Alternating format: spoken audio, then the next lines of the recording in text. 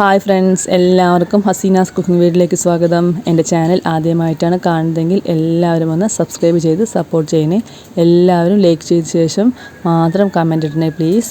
ഞാനിന്ന് ഇവിടെ തയ്യാറാക്കാൻ പോകുന്നത് ഒരു അടിപൊളി കുക്കുംബർ സോഡയാട്ടോ. നല്ല അടിപൊളി ഒരു റീഫ്രഷിംഗ് ഡ്രിങ്കാണ്. ഇതെങ്ങനെയാണ് തയ്യാറാക്കുന്നതെന്നും അതിൻ്റെ ഇൻഗ്രീഡിയൻസ് എന്തെല്ലാം എന്ന് നോക്കാം. ഞാനിവിടെ ഒരു കുക്കുംബർ എടുത്തിട്ടുണ്ട്, കുറച്ച് ഇഞ്ചി, 2 തണ്ട് കറിവേപ്പില, ഒരു 4 പച്ചമുളക്, ഒരു 2 ഗ്ലാസ് മോരും കൂടെ നമുക്കിതിന് ആവശ്യമായിട്ടുണ്ട് കേട്ടോ. അതും ഒരു ബോട്ടിൽ സോഡ, അതും കൂടിയായിട്ട് ഇതിന് ആവശ്യമായിട്ടുള്ളത്. ഇനി നമുക്ക് നമ്മുടെ കുക്കുംബർ നല്ലപോലെ ഒന്ന് തോല് കളഞ്ഞിട്ട് എടുത്തിട്ട് വരാം. ആ പച്ച കളറിൻ്റെ ഭാഗമില്ലേ, അതൊക്കെ നല്ലപോലെ കളയണം കേട്ടോ.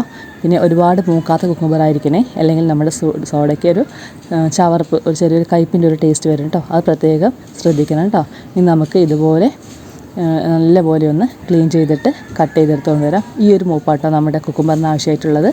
ഇനി നമുക്ക് ഇതെല്ലാം ചെറിയ സ്ലൈസായിട്ട് കട്ട് ചെയ്ത് കൊണ്ടുവരാം കേട്ടോ. നല്ലപോലെ ചെറുതാക്കി അരിയണേ. നല്ലപോലെ നമ്മുടെ ജ്യൂസ് അരഞ്ഞ് കിട്ടാനുള്ളതാണ്. ഞാനിത് അവിടെ എല്ലാം നല്ലപോലെ കട്ട് ചെയ്ത് കൊണ്ടുവന്നിട്ടുണ്ട്.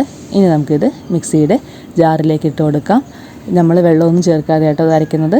ഇനി ഈ സമയത്ത് നമുക്കിതിലേക്ക് കട്ട് ചെയ്ത് വെച്ച ഇഞ്ചിയില്ലേ, അതുകൂടെ ഒന്ന് ചേർത്ത് കൊടുക്കാം. ഞാനിവിടെ ഒരു ഹാഫ് ലെമണിൻ്റെ ജ്യൂസ് കൂടെ ഒഴിച്ചിട്ടുണ്ട്. അത് ഞാൻ ഇത് എടുക്കാൻ വിട്ടു പോയതാണ്. നിങ്ങൾ ചെയ്യുമ്പോൾ അതുകൂടെ ചേർക്കണം കേട്ടോ.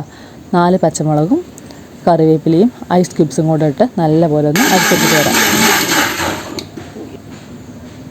ഇതപ്പോൾ നല്ലപോലെ അരച്ചെടുത്ത് കൊണ്ടുവന്നിട്ടുണ്ട്. നല്ല ഫൈനായിട്ട് അരയണം കേട്ടോ, അല്ലെങ്കിൽ കുക്കുംബറിൻ്റെ പീസൊക്കെ നമ്മൾ സോഡ കുടിക്കുമ്പോൾ കടിക്കാൻ കിട്ടും.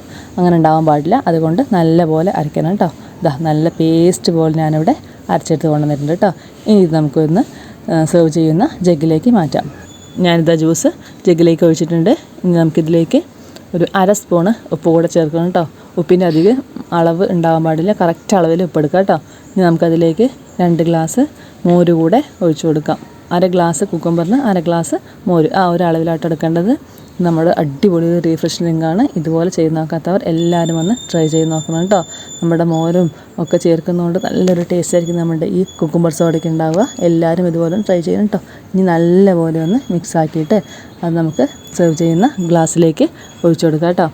ഇനി ആ ഒഴിച്ച് കഴിഞ്ഞതിന് ശേഷം മാത്രം അതിലേക്ക് സോഡ ഒഴിച്ചു കൊടുക്കുക. കുടിക്കുന്ന സമയത്ത് മാത്രം സോഡ ഒഴിക്കണേ, അല്ലെങ്കിൽ അതിൻ്റെ ഒരു റീഫ്രഷ്നെസ്സൊക്കെ പോയി കിട്ടും.